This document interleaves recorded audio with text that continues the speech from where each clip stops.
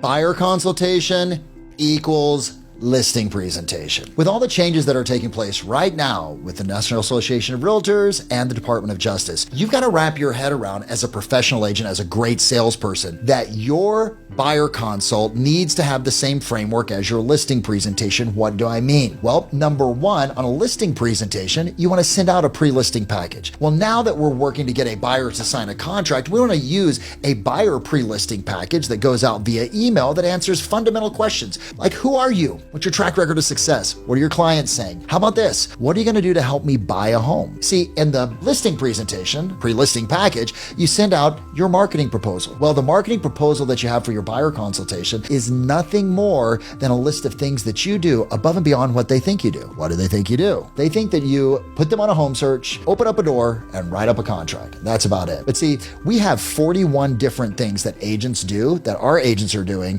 to be able to actually help and serve buyers. Do you want to know what it is? Drop 41 in the comments below and we'll send it out to you. That's number one. Buyer consultation equals listing presentation. Send out the pre-listing package. I got more coming your way. Stay tuned. I'm Coach Pipes. Grit, grin, and let's grow together.